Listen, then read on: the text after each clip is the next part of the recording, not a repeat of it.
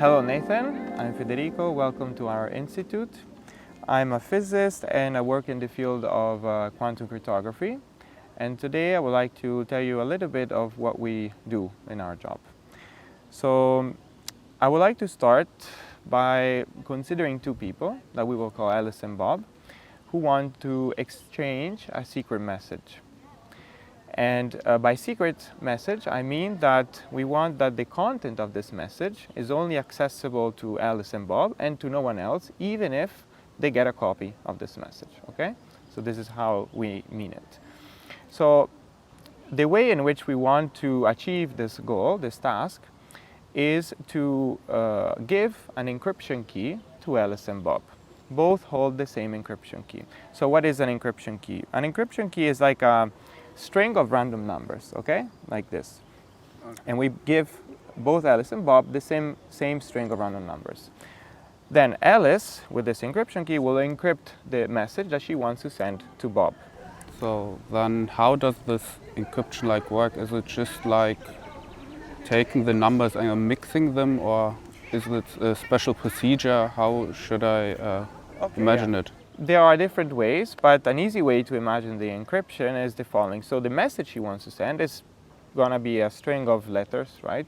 And some characters. So first you associate to every letter a number.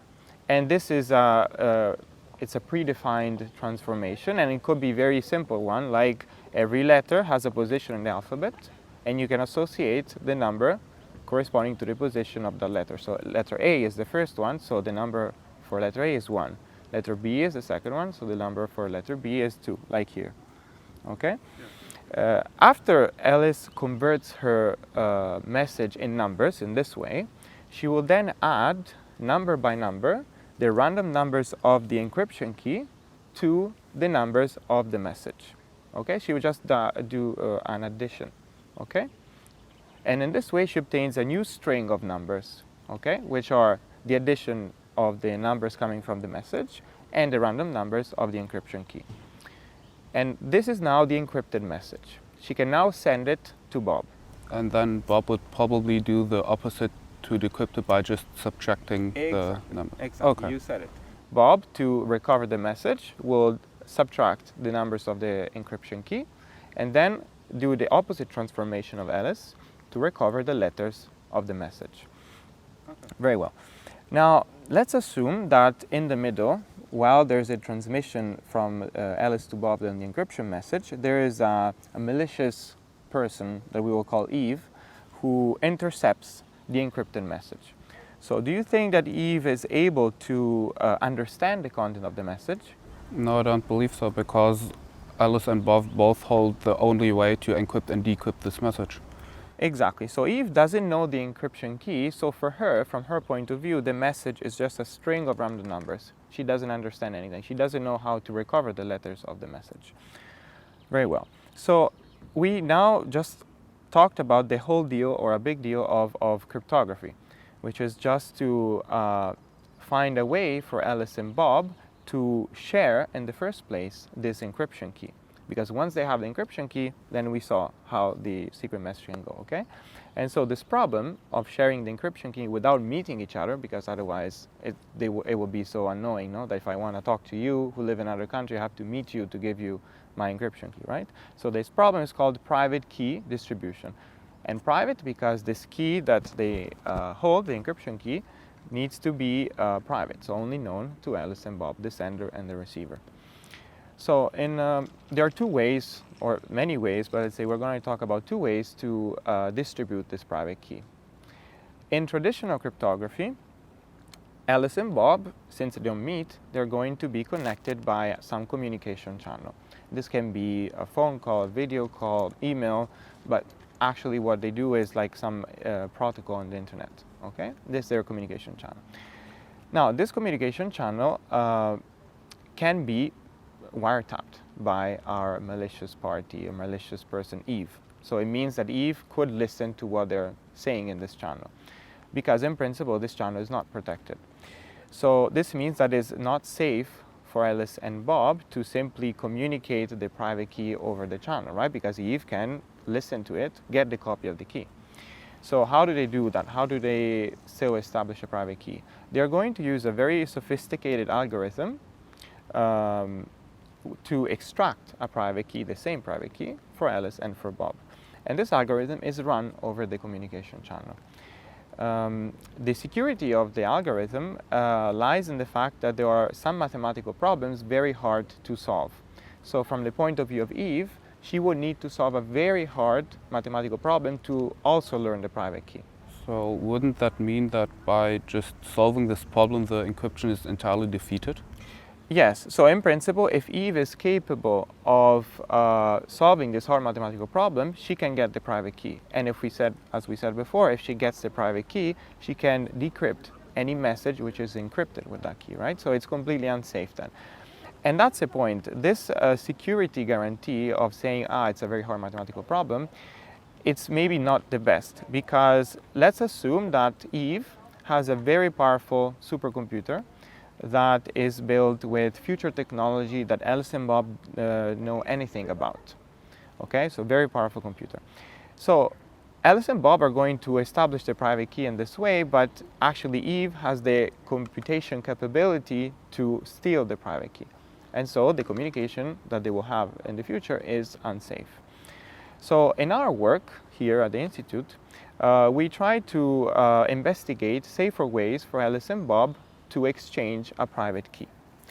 And the protocols that we derive and discuss are called quantum key distribution, because we are distributing the private key, but we do it with quantum systems.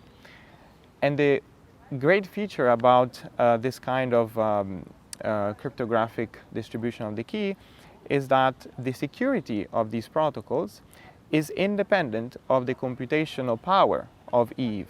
Okay, so even if she had that super powerful quantum computer with future technology, still she could not be able to obtain the private key with a quantum key distribution protocol. And let's say the main idea behind this security feature is that Alice and Bob are going to communicate with quantum systems. So whenever Eve tries to intercept these systems traveling, she's going to change the state of these systems, and therefore Alice and Bob can be aware of that. They will notice that something happened during the transmission. By exchanging quantum systems, Alice and Bob will realize if Eve is intercepting them, because she will change necessarily the state of these systems. So we can conclude saying that in principle, a private key established with quantum key distribution provides a higher level of security than a key established with traditional cryptography, the one we discussed before, because of simply the properties of quantum physics, and because we don't make any assumption on the computational power of an eavesdropper like Eve, right? Because in the cryptographic world, you want to be as safe as possible. So you don't want to make any assumption on the capabilities of your adversary. And that's why we work on these topics. Okay, how can we verify that these qubits aren't manipulated in any way just by transferring them? Because when we do a copy of a file or just listen to what's transmitted, don't we already have a copy that can't be traced? This is what I was saying before. So if Eve tries to intercept these quantum systems traveling between Alice and Bob, I said before that she necessarily modifies their state. Why? Because what she might attempt to do is to copy what is sent, right? As she would do with the normal communication, like with bits, right? You can always copy a bit. But the problem with quantum systems is that there's no way that you can copy the state of an unknown quantum system. So if you don't know the state of the system, you cannot copy it. And so any attempt at copying the state by Eve will necessarily modify the state of the system that is traveling between Alice and Bob. And that's why they're going to realize that something went wrong. How do they realize? Because in some rounds they're going to tell each other, look, I sent this, and Bob said, I received this. So if they compare these things, they're going to realize that sometimes there was somebody trying to change the state of these systems. Thank you for coming.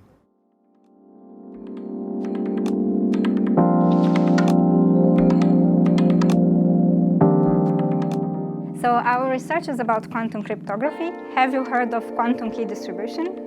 I have heard about cryptography and quantum mechanics, but not this specific link between those two. Okay. So quantum key distribution, the idea of key distribution is that we have Alice, which are going to be always our characters. So Alice and Bob, they want to communicate secretly, and for that they need to establish a secret key. Okay? And the idea of quantum key distribution is to use quantum mechanics, so quantum systems, and make measurements on these systems in order to generate this key. So basically the key will be constituted by the measurement outcomes of some quantum experiment. Okay? But actually, I want to talk to you about something a little bit more advanced, because actually quantum mechanics allow us to have security in an even more adversarial scenario. Because so far I told you that Alice and Bob, they share quantum systems and they are going to make measurement on these systems. But maybe they don't have a way to very well characterize these systems, or maybe it could be even the case that the eavesdropper is preparing the systems that they are going to measure. So how can they be sure that they actually have the quantum system that they expect to have? So this more adversarial scenario is called device-independent scenario, where we don't want to rely on the description of the measurement that we are performing or of the systems that Alice and Bob are measuring, okay? So in this very adversarial scenario, the security will rely only on the statistics of the outcomes that they observe. Okay. So without saying what this outcome refers to which specific measurement. So maybe in order to explain the device-independent scenario a bit better, let's take a step back and talk a little bit about correlations. Okay, and for that, let's see an example to understand about correlations. Okay. So I have prepared two boxes, box 1 and box 2, and then inside these boxes there is a ball, and this ball is either blue or red, and it's either made of plastic or made of wood. Okay, so well, we will do it a couple of times. You check what is inside each box, and then you let me know, and then we are going to make a table here. Okay. So you can open the box and make an experiment. And I just tell you exactly the color and the material of the... Okay, so we have a red ball, which is made of plastic. Okay, so red ball and it's of plastic. And box 2? Yeah. It's a blue ball and it's made of plastic. Okay. So now I'm going to prepare again.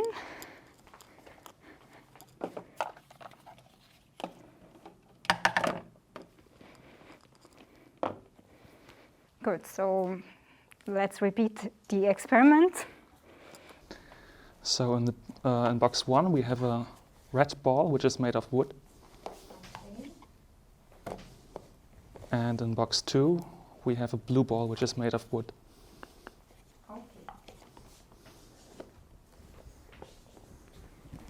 Right, so let's suppose that we repeated it several times and we repeat a third round, but then actually we had this.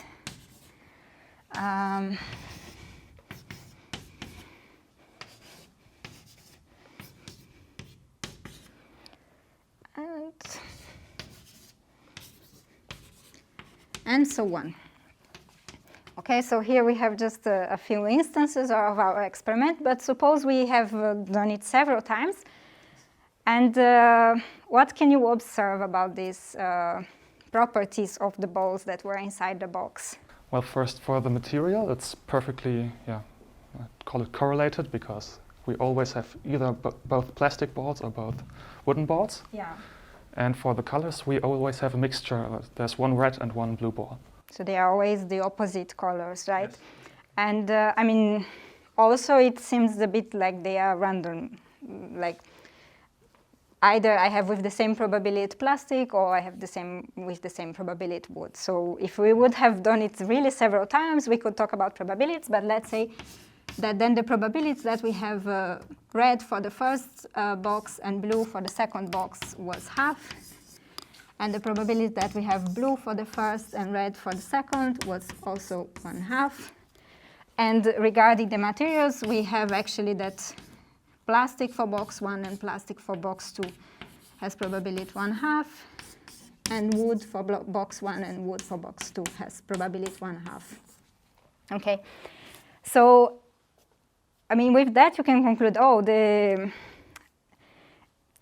properties, they seem random, so either I have plastic or wood, I don't know what is going to happen, but every time I have plastic in one box, I have it on the other box, so we observe correlation, and we will observe some randomness, okay? So, but now, so it can be that these boxes are very correlated, but now I tell you how I actually have prepared the boxes, and I actually have written it here, the secret of how I have prepared these boxes.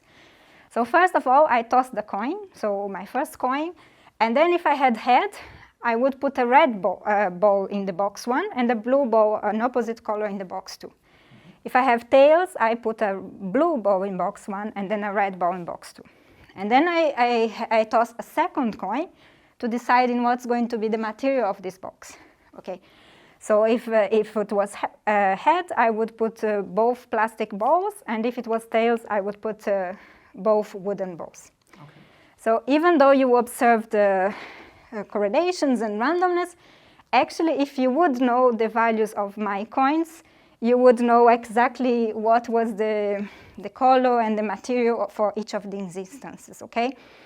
So this is the idea of the case where, okay, I observe correlation, I have some randomness, but there is a hidden variable, which here was my coins, or there is like a causal explanation for these correlations that I'm observing. Okay, so now let's go back to our device-independent scenario. So as I said before, I want to model the experiment of Alice and Bob without talking about the details of the experiments. So this is, we say that we are modeling it as boxes, as black boxes. I don't know what is inside, so this is Alice's experiment, and this is Bob's experiment. And Bob can measure, and Alice and Bob, they can measure two different properties of our system. Like in similar way, you measure the color or you measure the material, but they are going to measure some quantum properties. So this is some button in these boxes that Alice can press, and it's going to determine what is the measurement, what is the experiment that Alice is doing. And the same way, Bob has two measurements that he can do. Okay, I will call here X, for example. Can be 1 or 2, so meaning Alice makes this experiment or she makes this experiment. And then this box is going to have some outcome. So for example, oh, this was the outcome that clicked. So I will call this outcome A. And the same way, Bob can have two outcomes, and this outcome is B. Okay?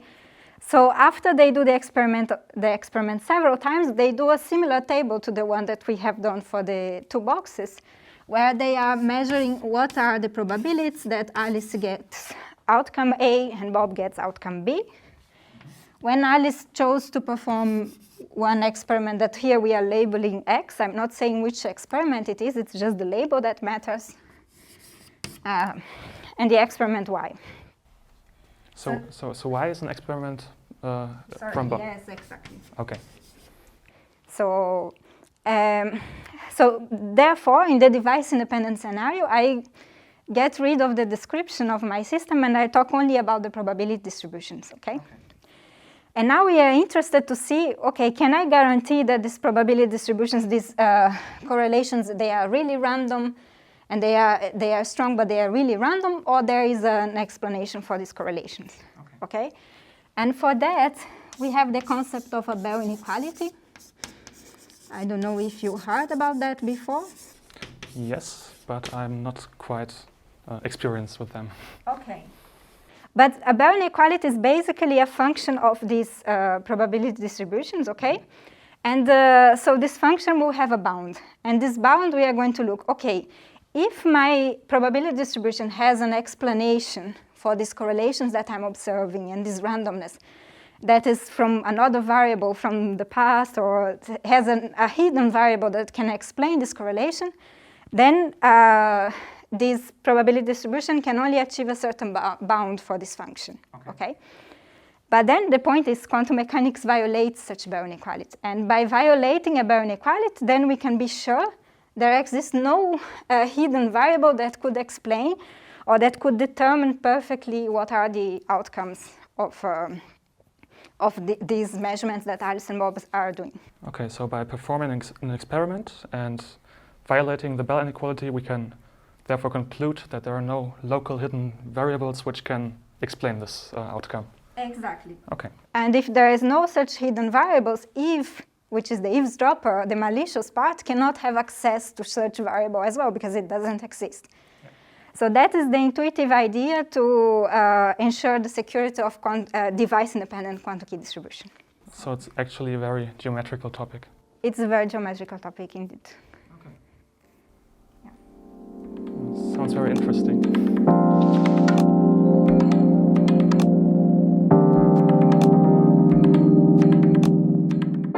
So, Felix, probably you heard that with a device-independent quantum key distribution protocol, two parties, Alice and Bob, can establish a private key, and the security of this key is independent of the actual devices they use to implement the protocol, and instead is only based on the observation of non-local correlations in their outcomes, which is certified by the violation of a Bell inequality.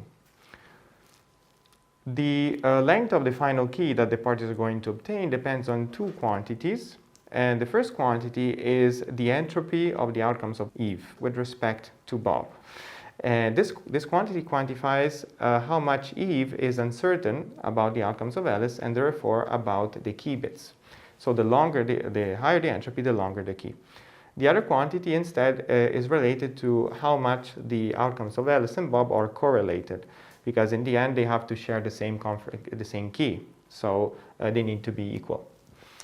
Now, an important point to stress is that in order for Alice and Bob to observe non-local correlations, the state of their quantum systems must be entangled. Have you ever heard about entanglement? Oh yeah, I had a course where I heard about this. Okay. So entanglement for me seems somehow that I have two atoms, for example, and they share somehow the same state or superposition. But a priori, before I do a measurement, I do not know which outcome I will have. But one, as far as I know one, I also know the other. Exactly, it's exactly this. You said it. As soon as you observe and measure one or two systems, also the state of the other system is completely determined. And entanglement allows Alice and Bob to obtain the correlations they need to violate the Bell inequality, so no local correlations, and also allows the outcomes of Alice and Bob to be equal and form a shared private key.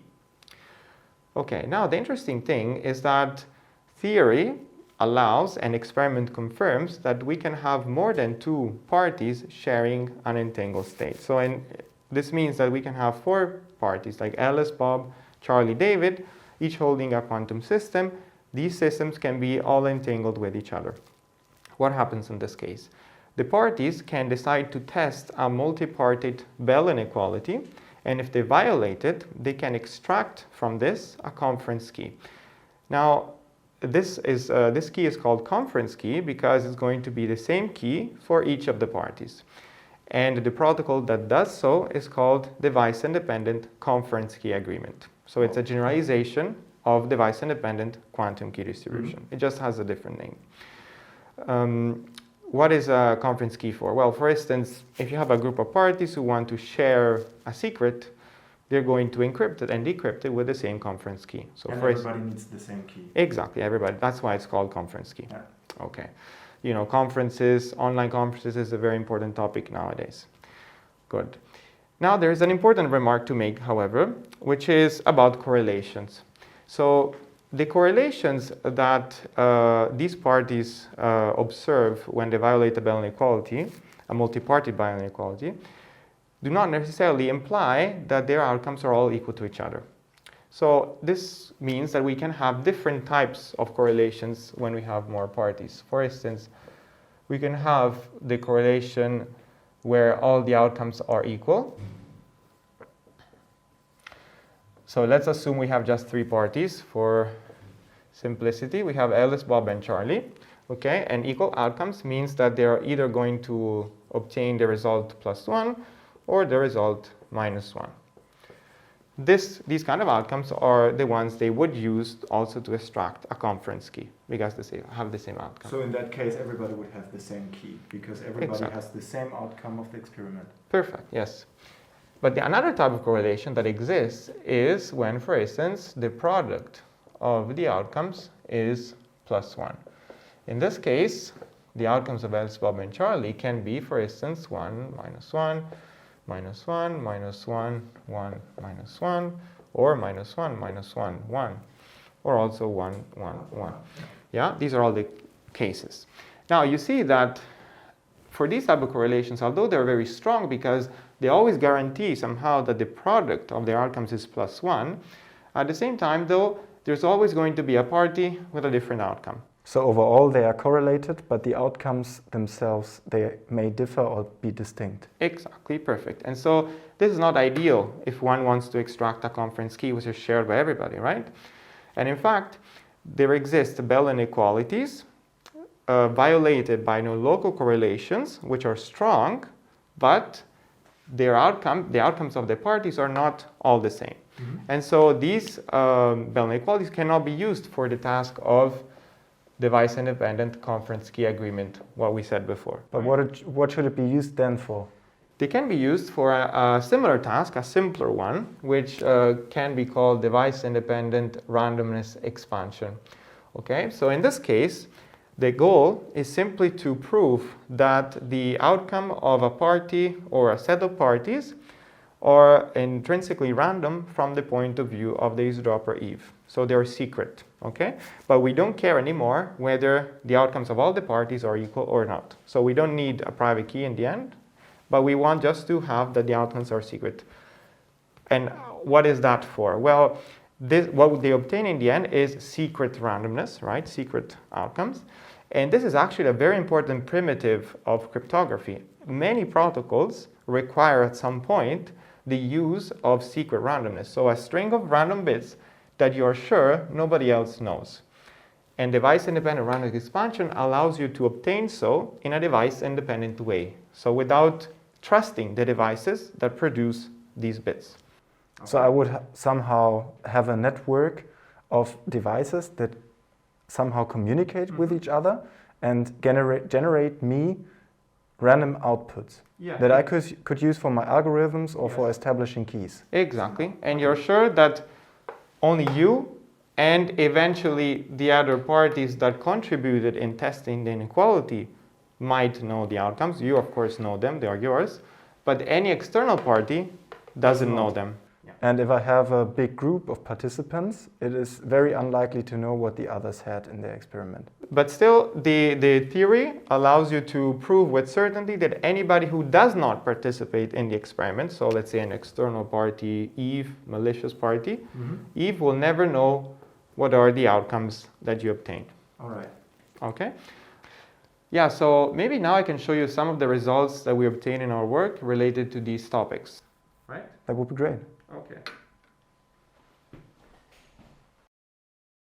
In these plots, we plotted the entropy of the outcomes of, for instance, Alice and Bob, when we have Alice, Bob, and Charlie testing the inequality, or just the outcome of Alice on the right-hand side, with respect to Eve, okay? So the higher the entropy on the right side of these plots, the more Eve is uncertain about these outcomes.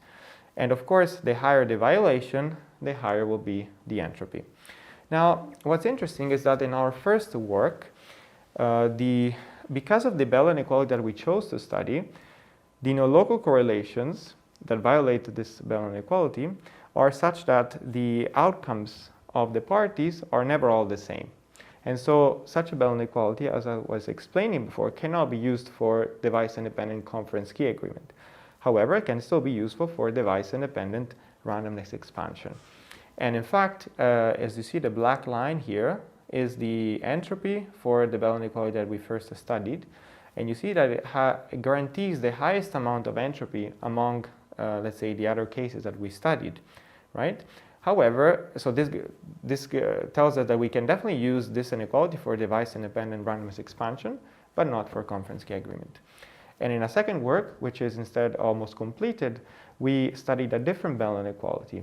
And in this case, the correlations of the parties guarantee that the outcomes are also all equal to each other, and therefore the parties can obtain a conference key in a device-independent way. So you found an inequality that maximizes over all other inequalities that are known before, the entropy.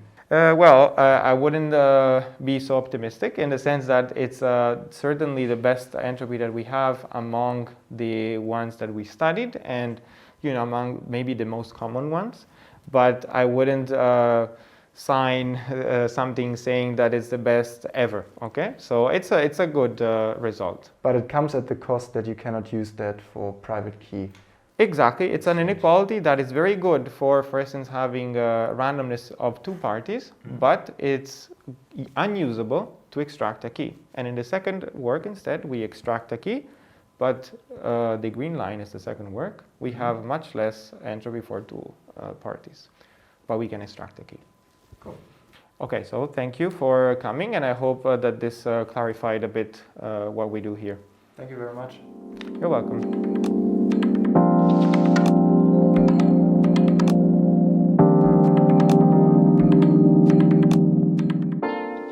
Yeah, so I remember that when I came to Düsseldorf, I was already interested in this problem of bounding the von Neumann entropy for any other inequality beyond this, the simple CHS-H scenario.